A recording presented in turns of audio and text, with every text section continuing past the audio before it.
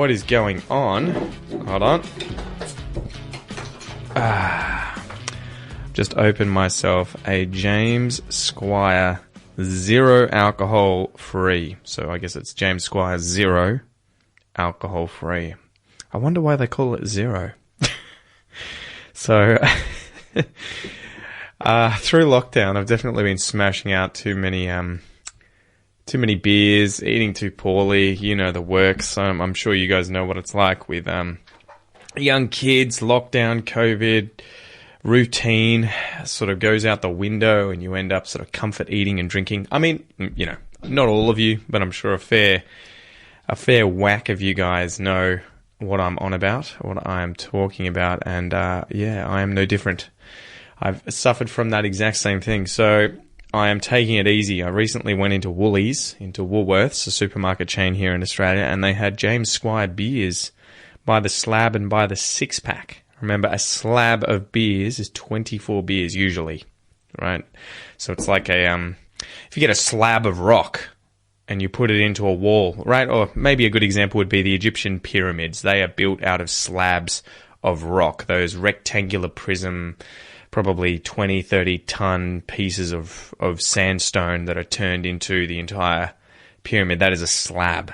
And when you go to a bottle shop where you can buy alcoholic drinks in Australia, you will see these slabs of beers, and they're usually 24 beers, sometimes probably 30, you know, well, actually, it wouldn't be 30. They'd be made up of six-packs, so it'll be divisible by 6. But yeah, it may not always be 24. Generally is. And a six-pack is obviously a pack of 6. So, yeah, anyway, bought these, and they are god-awful. They are absolutely horrible. Sorry, James Squire. I don't know, whatever you guys end up doing to remove the alcohol makes the beer, according to the tasting notes, an expertly crafted flavoursome alcohol-free brew with a balance of malt and hop notes for a crisp finish. Full flavour. And, yeah, it's just not what you're used to if you have normal James Squire beers. So I normally love the usual stuff, but this one's a bit off. Anyway, I'm drinking it because I have 2 left in the fridge, and I hate waste. I cannot abide waste. So I am forcing myself to do it. My wife seems to love these beers. My dad tried them and went a little green. Wasn't feeling that great, but let's have another swig. Have a sip, and I'll oh, it definitely smells like beer, like VB. It tastes good, really cold, but the aftertaste. It's the aftertaste that's just a bit strange. It's that initial bitter, cold bite of the beer is good. And then afterwards, there's just this lingering, wheaty, musky, kind of hoppy taste that's it's just a bit off. So, I don't know, maybe it's cooked the alcohol out, but it's also cooked the hop and malt notes. Anyway, ranting about beers. So I thought I'd come on here tonight. What are we? Friday the 29th of October. I'm not sure when this will be out because I've recorded a few of these now.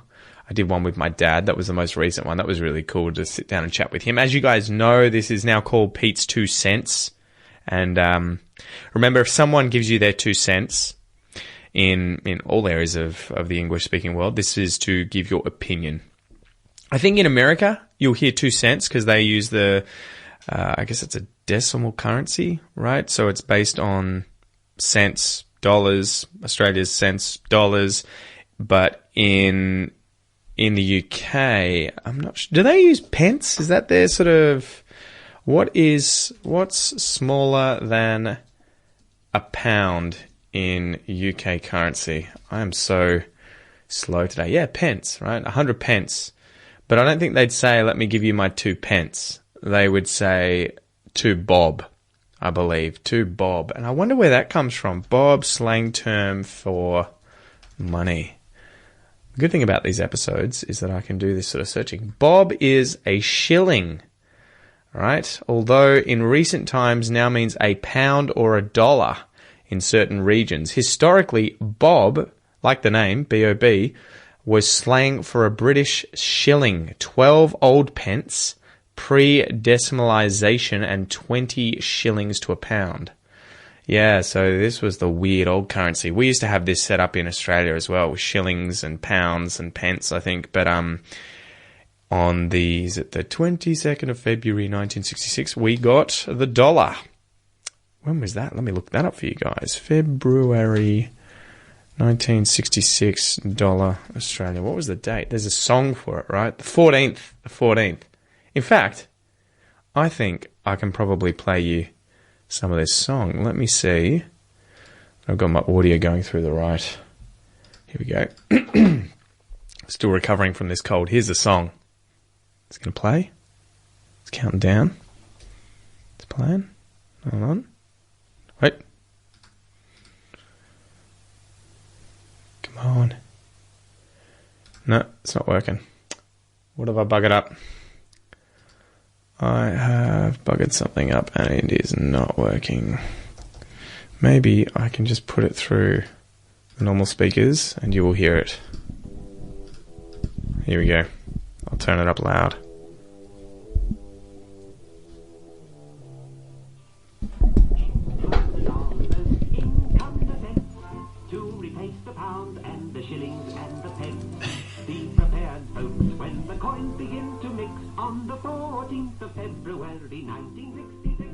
It's always really funny how they say this song because they add in a kind of extra syllable for February.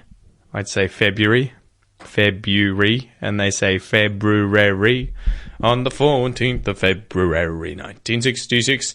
Yeah, so this is a black and white ad back in the day where the issue in Australia was that everyone was using pounds, pence, shillings, and so it was a non-decimal system and they weren't used to dollars being made up of 100 cents. And so they had to remind everyone too that on this date, the currency is changing over.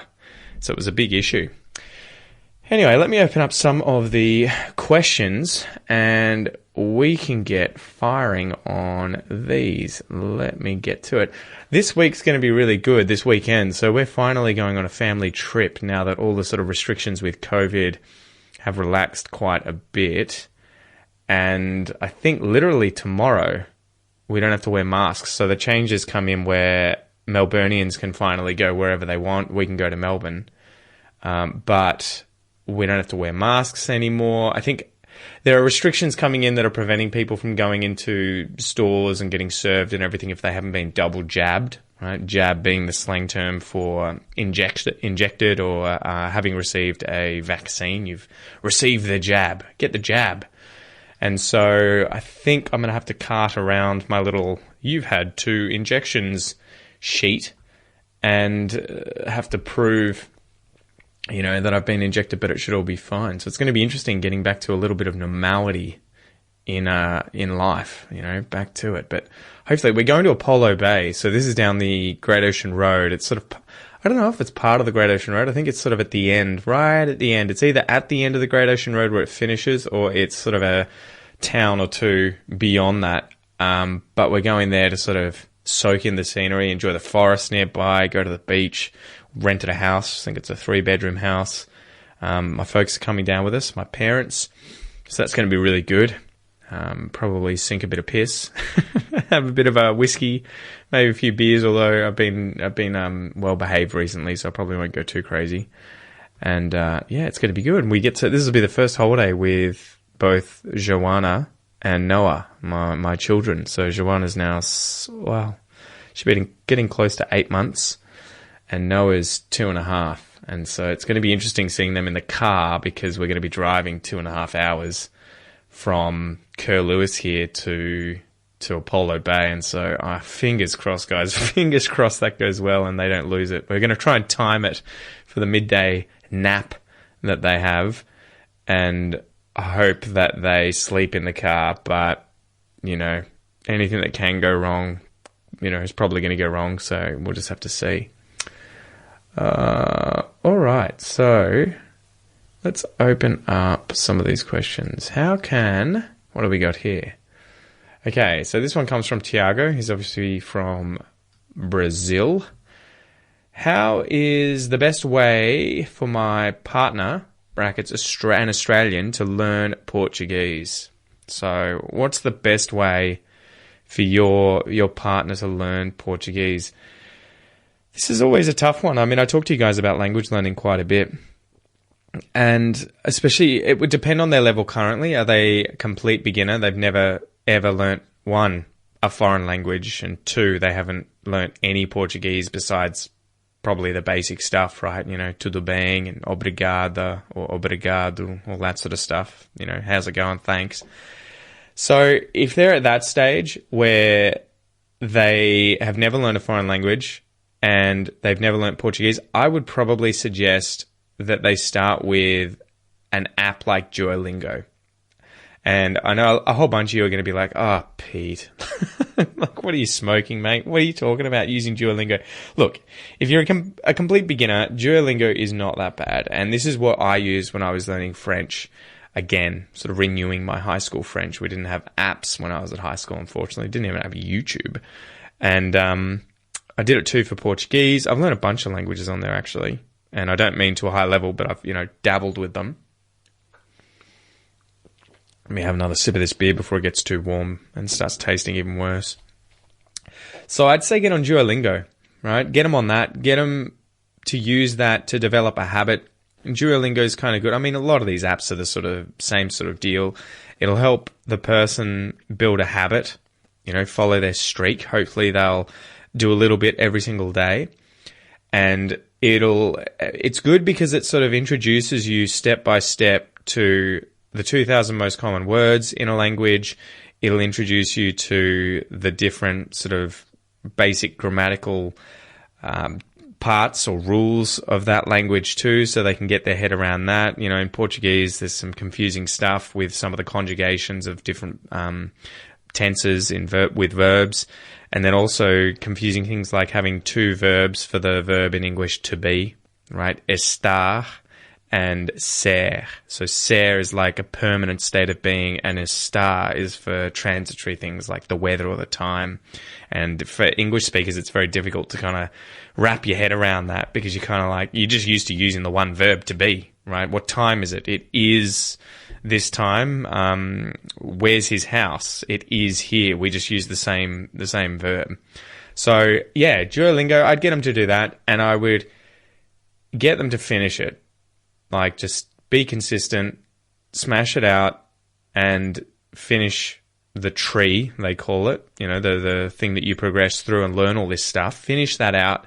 And then if you're a Portuguese speaker, obviously, you're a native speaker of the language, get them to practice with you every single day. And I know a big thing is going to be that they're going to be embarrassed. They're not going to know what to say. And your job is to kind of make it fun and a comfortable environment to help build their confidence so that they feel like, then that you really, really don't want them to be embarrassed and nervous from the beginning. You want to really build that confidence and get them speaking, get them to enjoy the language, especially if you're in a relationship with them where you live together or you see each other all the time, right? So you can probably help by speaking as much Portuguese as you can to that person. Even if at the beginning it's just saying things like tudo bem, como vai? Like, hi, how are you?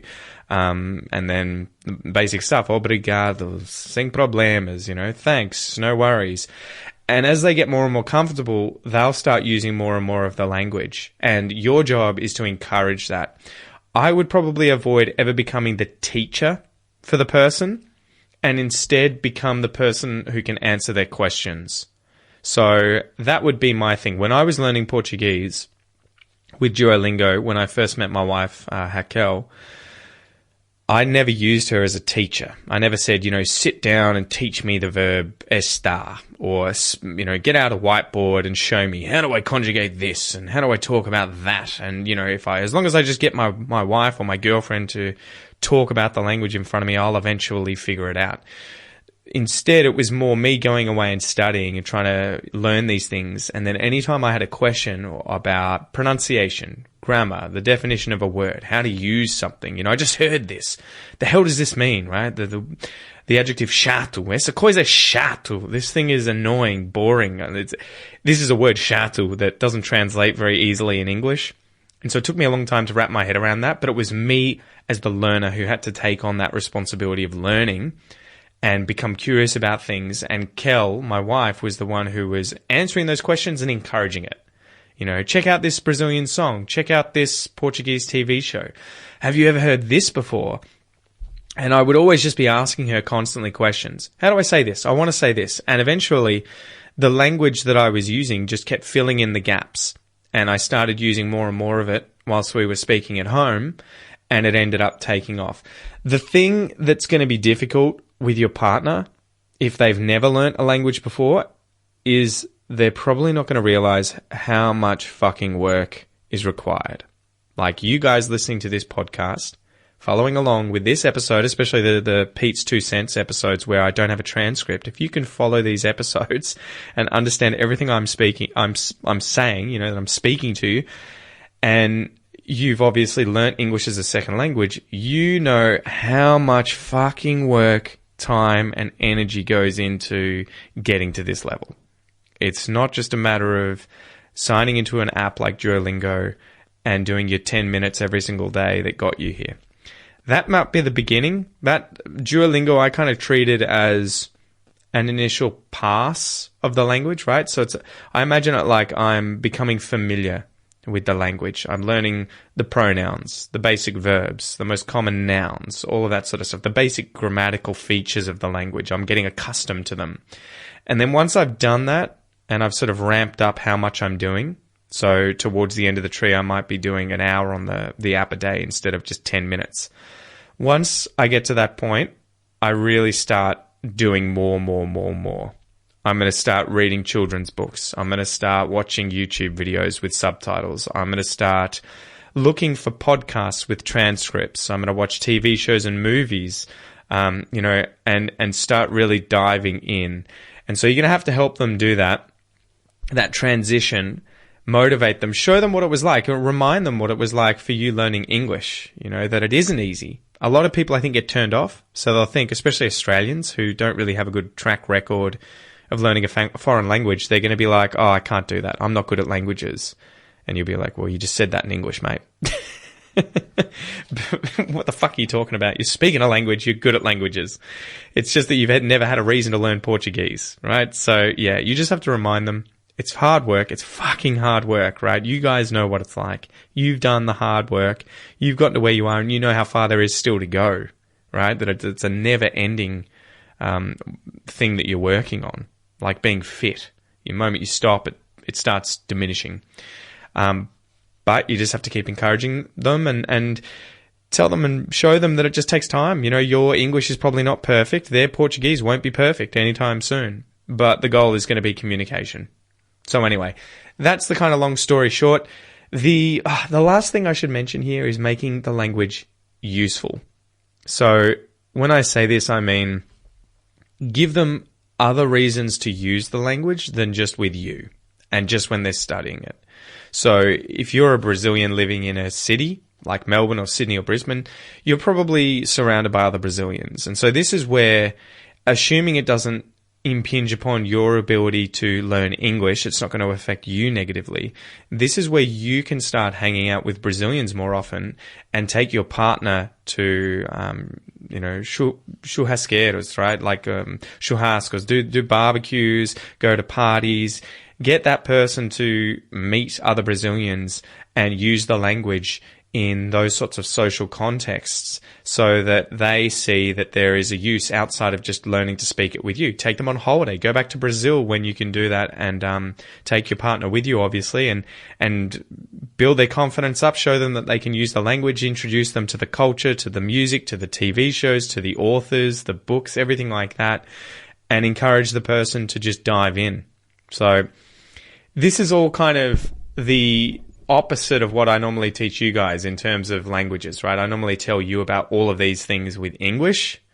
So I guess my advice here is to try and do the same, but with Portuguese for your partner, and just try and avoid being the teacher. Don't let the partner kind of be like, well, you need to teach me the language.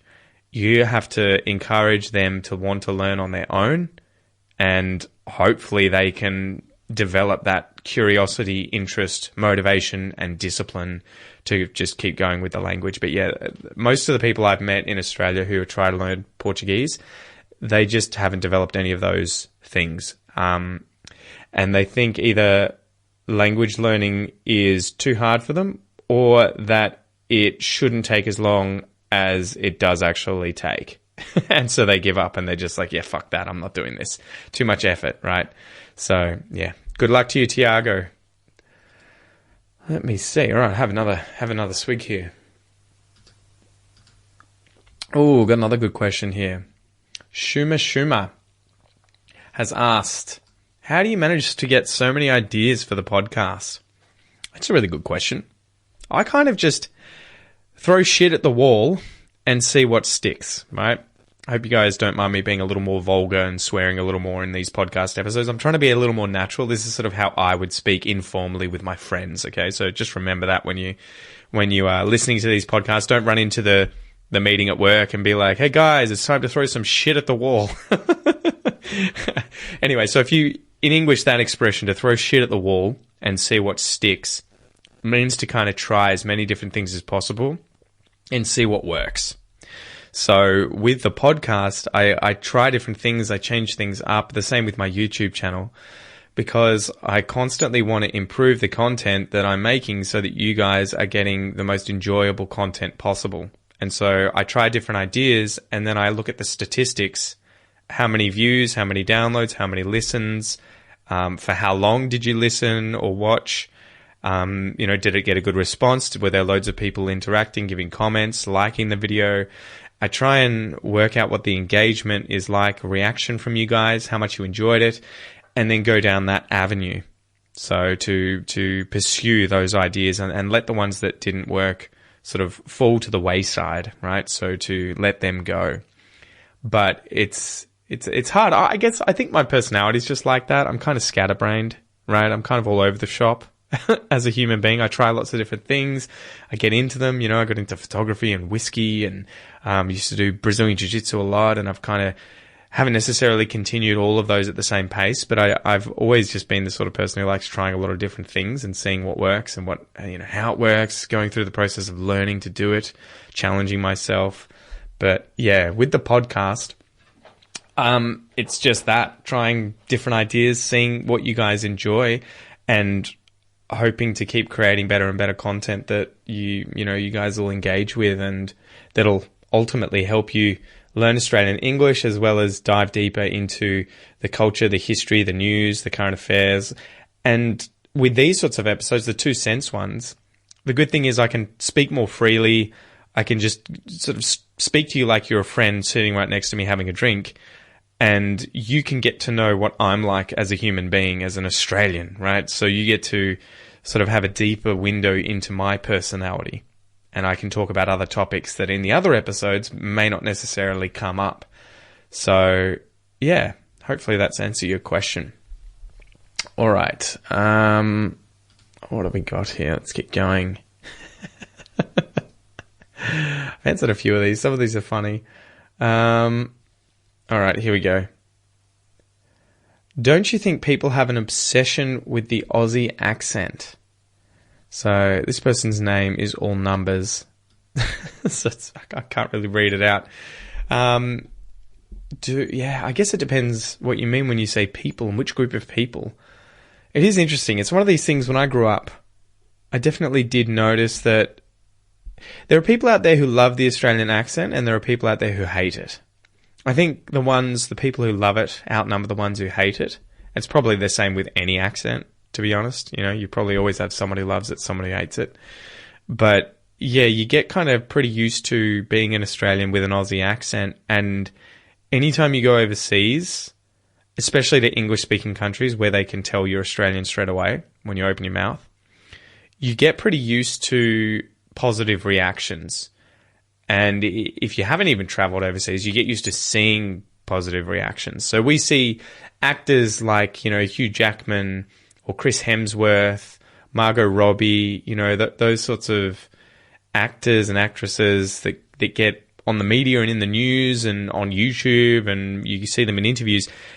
They seem to always have the media just swooning over their accents, right? They love it. Margot Robbie's got some video on YouTube of her talking about a bunch of Aussie slang terms, and it's got millions of views. Yeah, it is an interesting thing. But there are also people who hate it.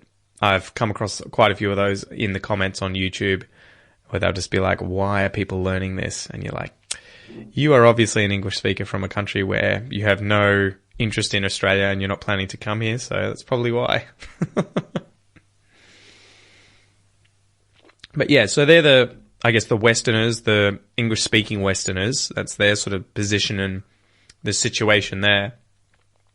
When it comes to people learning English, I think, as you guys all know, the ones that are obsessed or at least interested in the Australian accent will be those who are migrating to Australia, or those who've travelled to Australia, they've studied here and they've gone home, but they still have a soft spot in their hearts for Australia. They're still really interested in Australia, right? Because it's a unique place. We're different, got different animals, different lifestyle here, everything like that. So that's the other side, the people who are actually interested in understanding the accent, learning to speak with the accent. And a lot of the time they want to do that, especially if they're migrants, because they want to fit in. They want to feel more Australian. And so a big way of doing that is trying to speak English with an Australian accent. You don't necessarily have to be perfect. But as I've told you guys many times, if I hear people speaking with a slightly foreign accent, but I hear them speaking and saying things like the Australian O vowel sound and nailing it, I'm like, fuck, that person has spent so much time perfecting that.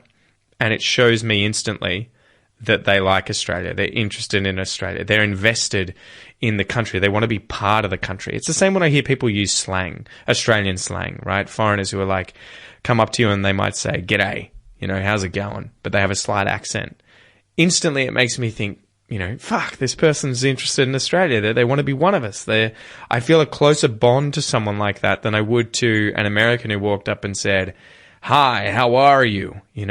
I would instantly feel a stronger connection to someone who said, g'day mate, how's it going? Even with a foreign accent, because it shows me straight away, ooh, okay, they get Australia. And we've got a deeper connection there. So yeah, hopefully that answers your question. Let's keep going. Here's a good one. So this one comes from Annette, and she said, hi, have you ever been to Russia? Would you like to visit it? Man, Russia, I would love to visit. Kind of scares the shit out of me though, at times. You guys seem to be pretty tough people. You don't take shit from many people. It's cold, from what I understand there. I don't know. I think there's this sort of general sense in the media and in movies that Russians don't really like English speakers. I mean, it's a total stereotype, but it's one of those things where too, I think a lot of Westerners, well, I, as a Westerner, if I went to Russia, would be like, I hope people don't dislike me for being Australian or being an English speaker. But yeah, I would totally love to go to Russia and check the place. It's huge, right? You guys have a massive, massive country. I don't know if is it the biggest country in the world? How big? Let's have a look. How big is Russia? I know it's freaking massive. Jesus Christ, you guys are 2.2 times bigger than Australia in terms of size. So excuse me guys, sorry, a bit of a burp there. 17 million square kilometers, making Russia 121% larger than Australia. Jesus. Australia's 7.7 million square kilometers. So, yeah, more than 2 times the size. And you guys have a population that's like 4 times the size of Australia. 116 million people live in Russia compared to Australia's tiny 25.5 million people. So, yeah, is Russia the biggest country? Russia, biggest country. It is, right?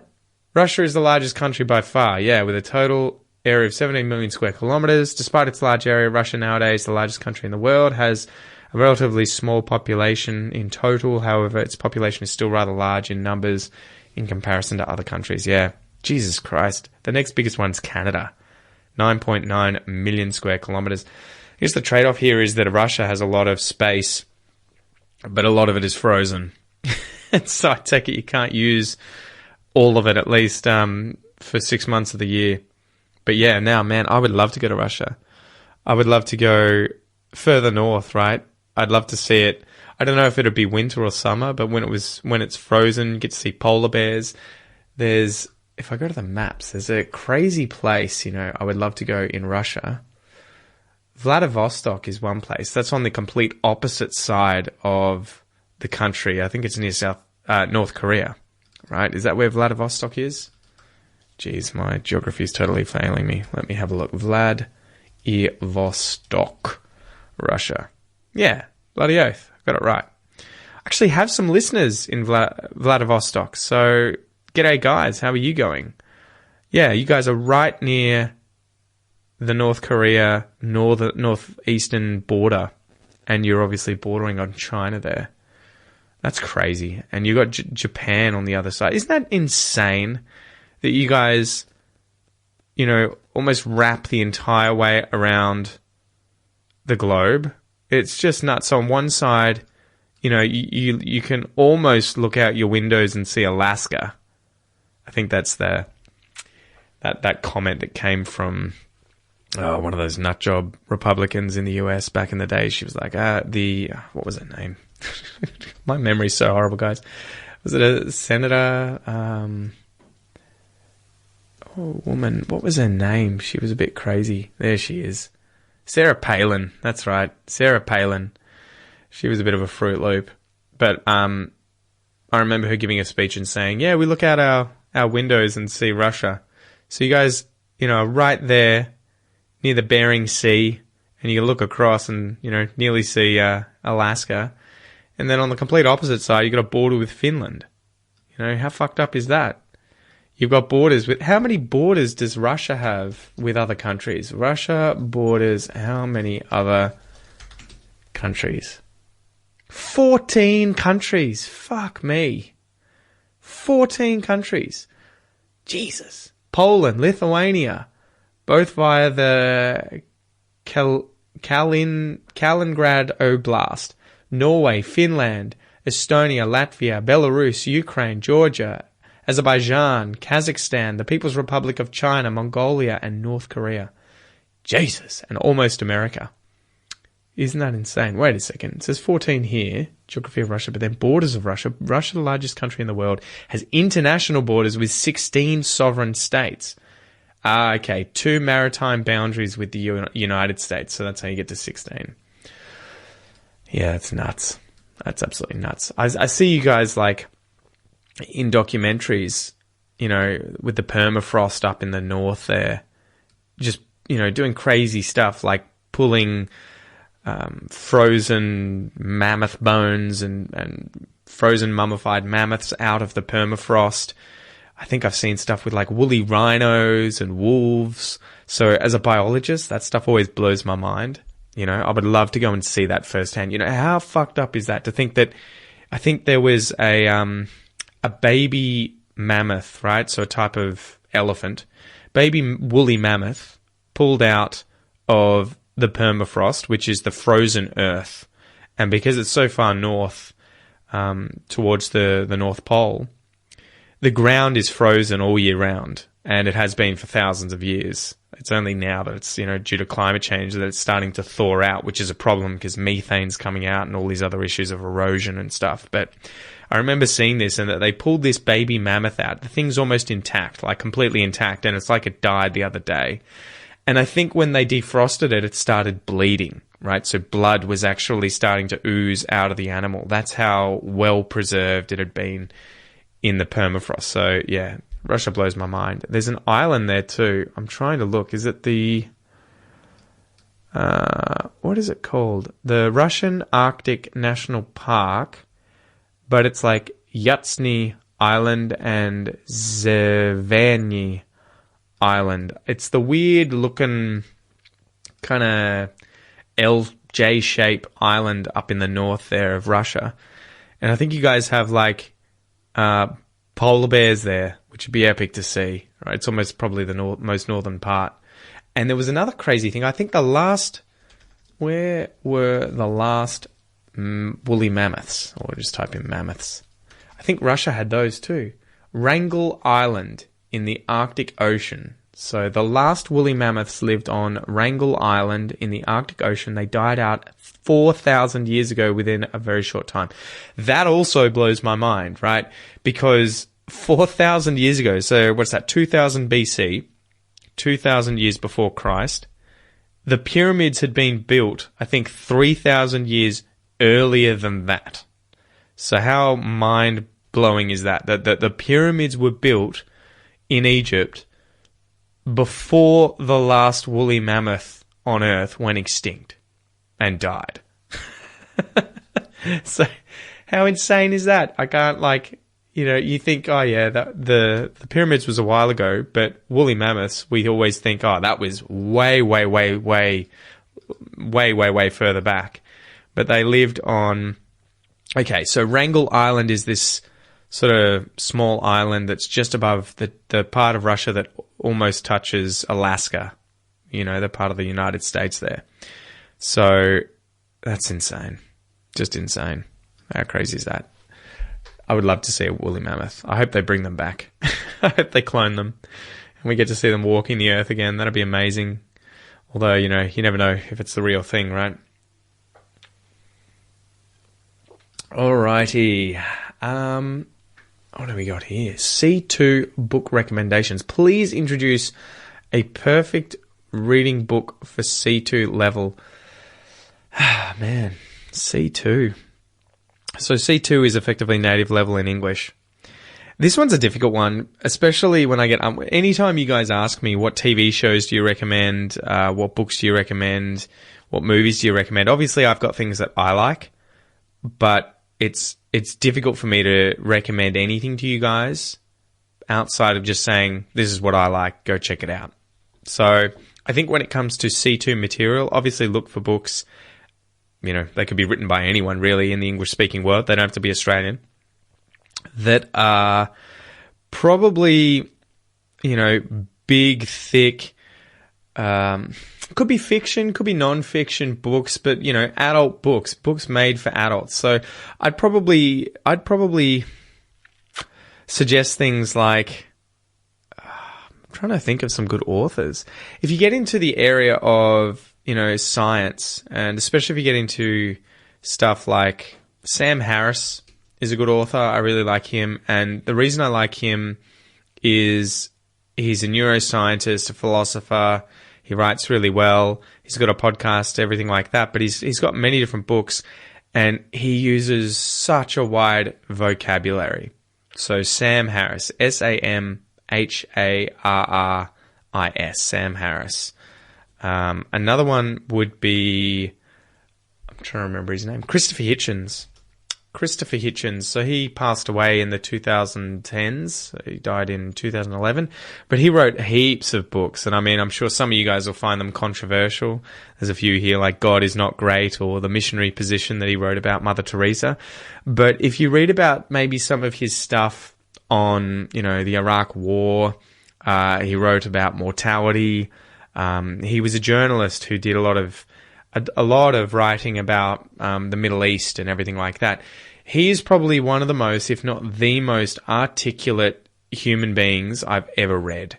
And I remember sitting down and reading one of his books. I can't remember which one it was. And I made an Excel spreadsheet that was just filled with words that he used that I didn't know.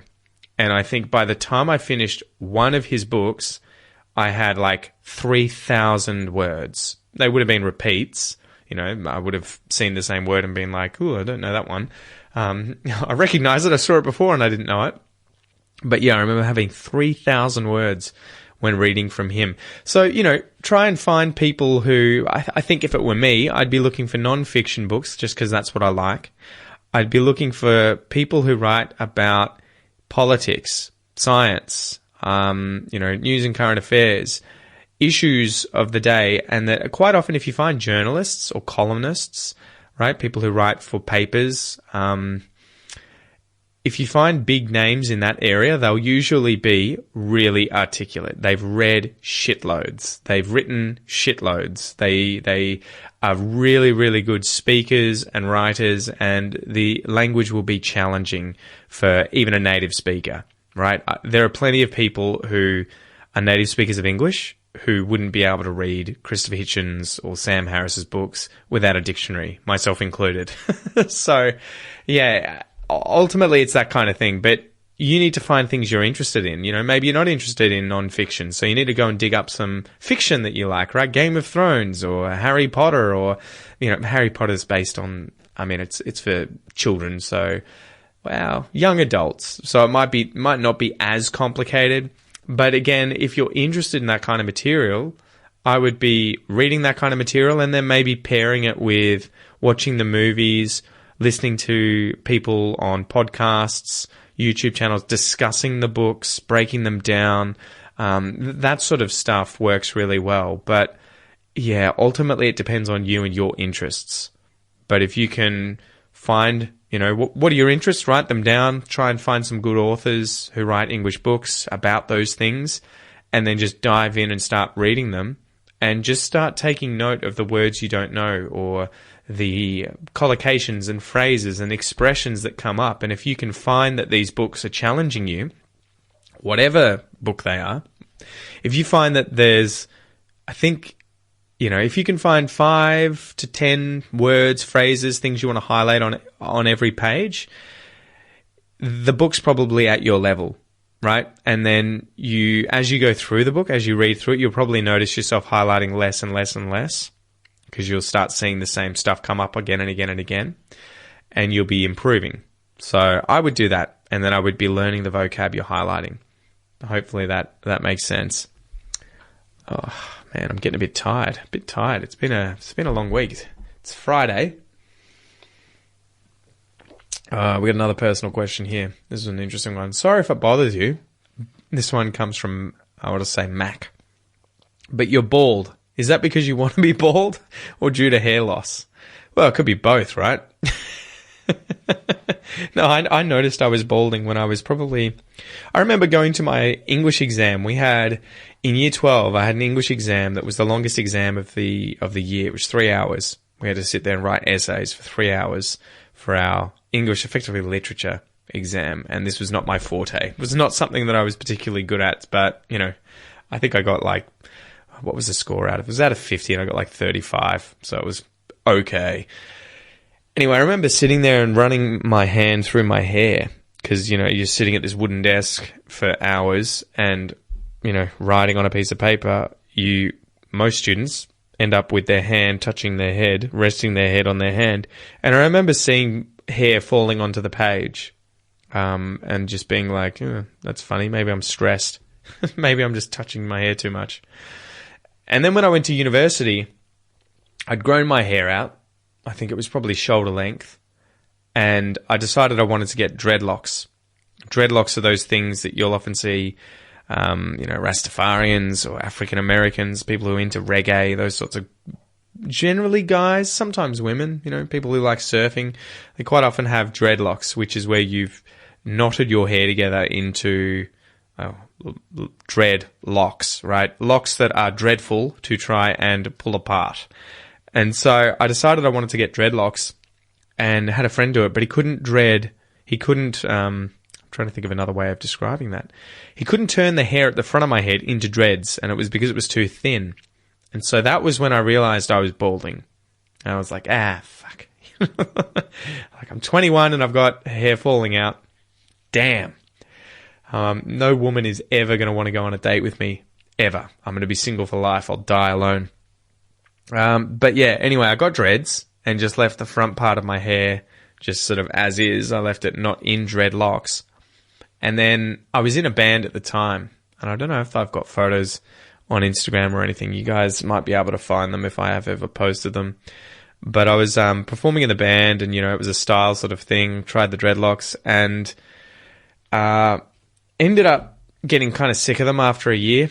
I think they were, you know, down past my shoulders at that point. The hair had kind of shortened because once it gets put into dreadlocks, it gets shorter, obviously, because it's sort of twisted and tied up. But they're just such work. You don't realize that if you get dreadlocks and you want to keep them, maintain them, you get a crochet hook and you have to constantly be threading in all of the hair that starts coming out, that loosens out. So it kind of gets fluffy, the dreadlocks, when you get them. And if you want tight, clean-looking dreadlocks that's not just unkempt hair that's matted, you need to be constantly maintaining it, constantly rubbing the base of the dread against your scalp to knot it up as the hair's coming out and growing, and then also using a crochet hook to constantly be tying all of the loose ends back in. And you also put wax into the dreads constantly, and they get heavy as fuck. Like, I used to go surfing quite a bit with them, and they were just full of sand. There's probably all sorts of stuff in there. But yeah, they were just heavy and annoying. And I remember I just got sick of it at one point, especially lying on them. You would sleep on them at night. And especially if you had just put wax in them, they were sticky, heavy, cold. It was just unpleasant for me. This isn't a diss. It's not to say that you shouldn't get dreadlocks or that anyone with them, gross. It was just something that I kind of got sick of. The novelty wore off pretty quickly after about a year. So I just shaved them off. I remember doing that, and I don't think I kept any. But I remember when I shaved them off, right, I cut one of them in half, and the amount of sand and wax and probably skin and just, dirt, all sorts of crap that was inside the dreadlocks, stuck in there with the wax and tied in with the knotted hair, was just disgusting. So I was just like, thank God I got rid of these things. Ugh. But yeah, after that, I shaved my head to the skin. So, I think I gave myself a mohawk for a day, which is where you've got hair down the center of your head, but not the sides. And then I decided to just shave the lot with first clippers and then a razor blade to the skin to just see what it looked like. Fortunately, my head wasn't too weirdly shaped. So I was like, oh, okay, cool. I don't look like a total weirdo with, weird lumps and stuff all over my head. Didn't find any scars or moles or something that were hiding under the hair the whole time. So I was like, you know what? I don't look that bad with a shaved head. So lucky. And then just decided to keep it that way. And it just became easy. So I don't need haircuts. My hair grows. I probably shave my head once a week. And I just do it in the shower while I'm having a shower. It takes about 2 minutes. Put shaving foam on your head and then just use a new razor blade, and that's all she wrote. That's all you got to do. Boom. And it's done. It's just easy. It's clean. It's not everyone's cup of tea. Not everyone likes to have a shaved head. There are women out there who don't like them, whatever. But when I was dating, I quickly found out that once women get to their 20s, they don't care so much about the hair thing as much as you think when you're a teenager at high school, because obviously when you're a teenager at high school, everyone has hair. There's barely anyone has a receding hairline, when they're a teenager. Even if you've got the worst, hair loss genetics, you're not going to have all your hair fallen out before you leave high school, generally. I mean, I'm sure you guys will be like, oh, I know this one guy. But yeah, that was always a terrifying thought in high school. Oh my God, if I get bald. But then when I went to uni, you start seeing bald guys more and more and more the older you get.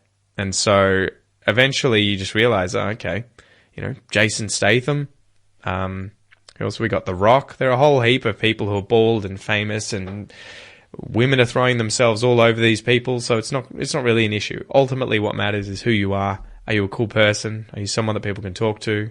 Everything like that. Your hairdo doesn't really matter, right? So I got past that. Didn't care. I don't have the worst hair in the world. I think I could grow it back, but I just found the whole comb over, and receding hairline with short hair just kind of undignified. And just didn't like it as a look. It's going. What's the point? Don't even try. Just get rid of it. A good example would be ScoMo, right? Scott Morrison. Have a look at what his hair looks like, and just shave your head, dude. Jesus Christ, just shave your head. And I remember I got on medication. I tried when I first found out my hair was falling out. I went to my family doctor, who was a friend's dad that I knew. I'd been to see him since I was a kid, and I'm like, I found out my hair's falling out. What do I need to do to stop it? These medications, all that crap, does the stuff work, or is it just garbage? And he was like, you can get on this, I think it was Propecia or something. It was some kind of, drug, and it will stop the hair falling out by affecting, I think, your androgen production. It's sort of beyond me, but effectively, people who lose their hair, it's related to the cells that produce the hair being sensitive to testosterone. In fact, I looked this up for you guys. Why male pattern baldness? How? I'll type this in. Here we go. Okay. Male pattern baldness is usually inherited and can affect men and women. It is caused when hair follicles are oversensitive to the male hormone testosterone. This causes the hair to become thinner and shorter. The involvement of testosterone in balding has led to the myth that going bald is a sign of virility. Yeah. It's not about that. It's about your cells being genetically made up to be sensitive to testosterone. Testosterone effectively causes them to shrivel up and die and stop producing hair, and that's why your hair falls out. So, I tried this medication for a little while, but to be honest, it was way too expensive. It was like several dollars a day to try and hold on to the hair that I had left, and I found that I was just constantly thinking about my hair. Is it falling out? Does it look weird? What are people going to think? Oh my God, my hair, my hair, my hair. The moment I shaved it, I no longer gave a shit. I no longer gave a shit. I was like, I'm past it. I'm over it. I don't care. It's gone. And yeah, it was just kind of liberating. So that's that story. You had me ranting there for about 10 minutes. What else have we got here? Going to some other ones from you guys. Trying to find some interesting ones.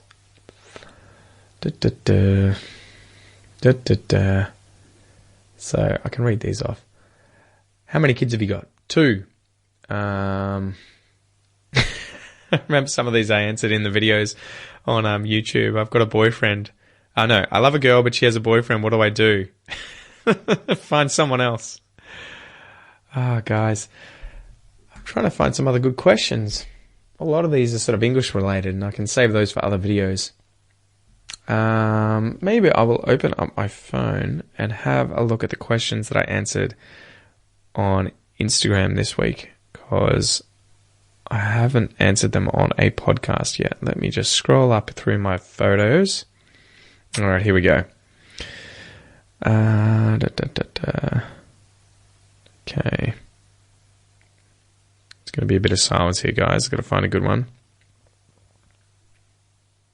Is bamboozle used in today's English? Bamboozle. This is a really cool word. I'll answer this. Bamboozle. B-A-M-B-O-O-Z-L-E. Bamboozle. This is to cheat or fool, right? It's a verb. To bamboozle someone. To bamboozle someone. To cheat or fool someone. He bamboozled Canada's largest banks in a massive counterfeit scam. So yeah, this is used.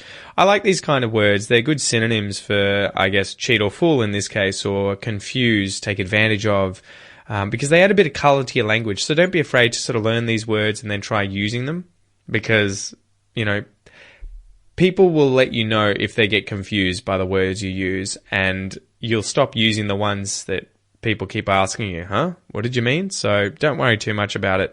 But yeah, just keep learning these kind of cool words. It adds a bit more flavor to your English. It's like you've got more colors to paint with. But yeah, it's definitely used. All right. Okay. Why do I understand you, but I don't understand other Australians when they speak English, specifically Queenslanders? So I'm writing an email sequence at the moment. It's sort of a 5-day course about listening comprehension. And I think I sort of covered this in that course. I talked about listening comprehension diversity, right? So you want, when learning a language, you want to get that solid foundation down initially, but quite often that will come by focusing your listening comprehension on just a few voices. So, you might listen to content from a course or from an app, and it'll be generally a woman or a man, or maybe both. and it'll be the same person or same few people the whole way through. And so if you're listening to my podcast, generally, you're going to be hearing me talk all the time. And so it's a sort of two-edged blade. There's two things happening here. First of all, you're going to get used to my pronunciation. You're going to get used to the way that I speak, the words I use, the phrases I use, the slang I use, the ideas that I talk about, everything like that. And so you're going to definitely level up your listening comprehension when it comes to understanding Pete, when it comes to understanding me. The problem is the rest of the world doesn't speak exactly like me, especially in Australia, obviously. You know, you've got young women, old men, children, foreign accents, different broad accents, rural accents, bogan accents, loads of different dialects, accents. There's a lot of diversity, right? And all of those people who speak with different accents will use different English words, different English phrases. They may have different slang that they use. They may swear more or less than other people. They may speak more formally or informally. And so a really important thing to do if you're trying to get you're at that advanced level where you really want to broaden your listening comprehension skills so that you can understand effectively anyone who comes up and tries to have a conversation with you, is to broaden your horizons when it comes to content that you're consuming when studying English. And so you can do this both when actively studying. That would be like listening to a podcast with a transcript, reading the transcript whilst you listen, studying specifically, sitting at a desk and studying the new words, the vocab, pronunciation, all that stuff actively. And then you've got passive leisure time sort of English study as well, where you could be sitting down watching a TV show or a movie or listening to an audio book leisurely instead of actively studying every single word that comes up. And so you kind of need to work out what proportion of each of these you're going to try and fill with different voices in English. And do you want different accents? Are you trying to get international kind of listening comprehension skills where you understand foreign accents from India, from China, from Japan, as well as Americans, Canadians, Scots, all that sort of stuff, which is, a much bigger task than just trying to get better at Australian English. But yeah, I encourage students to broaden their listening diversity ultimately here. So once you get to a certain level where your English is pretty good, you're fluent, you can have good conversations, you can follow this podcast, you're obviously listening to me right now. If you can do that, just think, am I getting a solid dose of diversity when it comes to the English I'm exposed to? The active study I'm doing, the passive study I'm doing, or the passive just leisure time I'm doing with English. Am I getting a broad diversity of accents? If not, could I improve that situation? Especially if I have problems with understanding other Australians from other parts of the country. So Queensland's kind of renowned for having broader Australian accents and them being a little harder to understand at times. I mean, these people are sort of spread all throughout Australia, but Queensland's definitely a sort of stereotype where you might run into more of them than you would in Melbourne or Sydney. And so if you want to understand those people, obviously you need to be listening to content. You need to be studying content with those kinds of people using that kind of English so that you get more and more exposure to it. And the good thing is it's not going to take you very long to sort of click and be able to sort of hone your listening skills in, adapt to the way that they speak, and then be like, okay, unlocked, right? I notice this happen all the time with me. If I'm listening to it, it usually happens to me when I hear a foreign speaker of English or someone who speaks English as a native but has a very specific accent that I haven't had much exposure to. It still takes me quite a few moments to get used to the accent and kind of dial it in and be like, okay, so, intuitively, they're using these vowels and consonants in the place of all these other vowels and consonants that I would usually use. So that still takes me quite a while sometimes. I think a good example would be some Irish accents and some Scottish accents and even some really strong British accents, like the Manchester accent or the Liverpool accent. If you guys hear these, if you look them up, sometimes they are incredibly hard to follow. And it's kind of for multiple reasons. They'll have a different accent. They'll also be using different expressions. They may have even different grammar in certain places in Great Britain, for example. America does that too with African American vernacular English, right? The English that's spoken by many African Americans. They use different grammar. And if they use different slang and expressions and everything like that on top of that, it makes for much, much harder English to follow if you haven't been exposed to it. So it's not just you. This happens to native speakers of, I imagine, any language. I think my wife has the same issue in Portuguese. If she were to listen to someone from Portugal speaking and using slang and expressions, Portuguese has different grammar at times. She'd probably be like, this is going to take me a while to get used to in terms of, moments, minutes, I don't know, days. But it's a natural thing, So the trick here is ultimately just to expose yourself to as much diverse content as possible, especially focusing on the content or the speakers, the accents, the kind of English you're going to come across that you're having trouble with. So if you're living in Queensland and you're finding Queensland is hard to understand because you've got to work with them, or, you're married to a Queenslander or something like that, then obviously it's really important that you learn to understand these people. Whereas if you are living in Japan right now and interested in international English, it's probably not high up on your priority list to nail the Queensland accent in terms of listening comprehension skills. So hopefully that makes sense. Can have another swig here, guys. I might answer one more of these and then bugger off because it's 11 p.m. and I am pretty wrecked. What do we got here? Okay. Oh, here's another one about the Australian accent. Is it accepted to speak with American accents? I live in Sydney, and I think it's better. It's better to speak in an Australian accent. Oh, okay, so I think this lady was trying to finish that, and I think it's better to speak in an Australian accent, but it got cut off. Unfortunately, on Instagram, you guys can only get, I think 25 words into a question. So yeah, is it accepted to speak with American accents? I live in Sydney and I think it's better to speak with an Australian accent. Obviously, this is up to you guys. I'm not going to tell you what to do. If you are the kind of person who's migrated to Australia, you love Australia, you want to be Australian, you really want to dive in and become one of the team, then I would probably say, yeah, if it's important to you and you want to spend time developing an Australian accent, do it.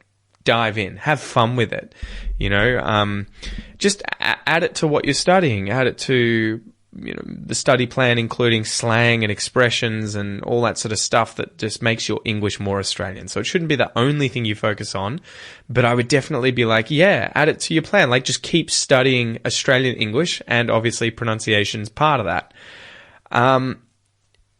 If you already speak English and you have an American accent and you're kind of like, I don't really give a fuck about sounding Australian. I just want people to understand me. And if they already understand me, why would I waste time changing things up? Then 100%, there's nothing wrong with speaking with an American accent. In fact, I went into my accountant this week. I went in on Monday to see him, or the main accountant who's a friend from high school. And he has one of his employees who was helping me with my tax, Maria. So shout out to Maria. And she's from the Philippines. And I don't know if you guys will know, but the Philippines tend to focus really heavily on American English. So they have this kind of really unique and very distinctive accent that isn't necessarily 100% American, but it has a lot of aspects of American English, like the way they pronounce their vowels. It's rhotic. They pronounce the R's in all situations when speaking English. But they have also the Filipino, generally Tagalog kind of accent behind that mixed in with it. And as soon as I met her for the first time, I was like, from the Philippines. But yeah, so she speaks with this kind of 50% American accent, 50% Filipino accent, and speaks effectively perfect English, So I don't think it's high up on her list to try and learn an Australian accent. She's working as an accountant in a foreign country. I said that to her too. She's like, "Oh, sorry about my English." And I was like, "Are you fucking kidding me? Like, what are you talking about? I understand you perfectly. You're working as an accountant in a foreign country, in a foreign language, and you're apologizing for, a small mistake that you might have made in English. What are you smoking? Like, you've crushed it. What else should I want from what you've achieved here? I can't imagine, say, moving to China and learning Chinese to the point where, or Mandarin Chinese, for an example, to the point where I could work as a lawyer in the country, or an accountant, or an engineer or something, and then apologizing to people for my Mandarin Chinese. It's like, pfft. Anyway, long story short, she is probably not as interested because she speaks perfectly. I understand her. She communicates well. She's busy as fuck being an accountant. She's got this, really good career, so she's probably not as phased. She probably doesn't care as much, Maybe she does. And in that case, I would say, check out my pronunciation course. In that case, I would say do it. But if it's not a big deal and it's not that important to you, you don't need to speak with an Australian accent. Ultimately, the goal is to be understood. Australians can understand Americans. So if you speak with an American accent, there's absolutely no problem with that. What you should ask yourself is, are you trying to be as Australian as possible? That would be like when I decided to learn Portuguese, I shied away from Portuguese content, right? The Portuguese spoken in Portugal. A big reason of this is because I had Brazilian friends. I was doing Brazilian jiu-jitsu. The majority of Portuguese speakers in the world are from Brazil. And so I don't think I'd ever met someone from Portugal at that point. And so I was like, well, it makes a lot more sense for me to try and learn Portuguese with a Brazilian accent and focus on Brazilian grammar and Brazilian slang because it's useful to me. I would love to go to Brazil and do jiu-jitsu, and I have Brazilian friends. So that was my motivation, and that was why I was so interested. So I kind of shied away from Portuguese content from Portugal and focused heavily on Brazilian content because I really wanted to dive in and become as Brazilian as possible. So you just have to work out what your motivations are, what your incentives are, what you want to achieve. If it's an Australian accent, do it. If you've got an American accent, or even if you want to achieve an American accent, do it. It's totally fine. There's nothing wrong with that. Your primary goal, first and foremost, should be, I want to communicate with people as effortlessly as possible. So, if it ends up meaning that you develop an international English kind of standard accent, there's no problem with that at all. Absolutely no problem with that. Whew. Anyway, I think that answers that question, guys. I am buggered. I'm absolutely wrecked. So I think I might knock off here. We've done about an hour and 7 minutes, so that's pretty good. Hopefully you guys are enjoying these episodes. Again, I keep telling you guys, send in questions for me. I would love to answer more questions. If you have, treat it like writing me a letter. If you want to send me an email, this is pete@aussieenglish.com.au. Write me an email, ask me a question, tell me where you're from, give me a topic to talk about. Tell me some information about the country that you come from. You heard me at the start ranting and raving about Russia. And how much it scares me, but how much I find it fascinating, and the wildlife, the animals, the history. I'm really interested to learn more about, cool and crazy facts about where you're from. Tell me things about your country the average person doesn't know, and I'll look them up online here and discuss them and read stuff out, and hopefully inform the rest of the people listening as well whilst we hang out together and learn together. So feel free to send me any kind of letter like that, or email or message. You can do it on Instagram. You can do it on Facebook. You can obviously email me. You can do it on the website, aussieenglish.com.au. You'll find me on there and you can send me a message. Get in contact with me. Ask me anything you want, or share some information and blow my mind so that I can talk about it on the podcast. Ultimately, this is all about you guys, so give me some more fuel. Anyway, with that, guys, I'll leave you to it, and I will chat to you soon. Peace.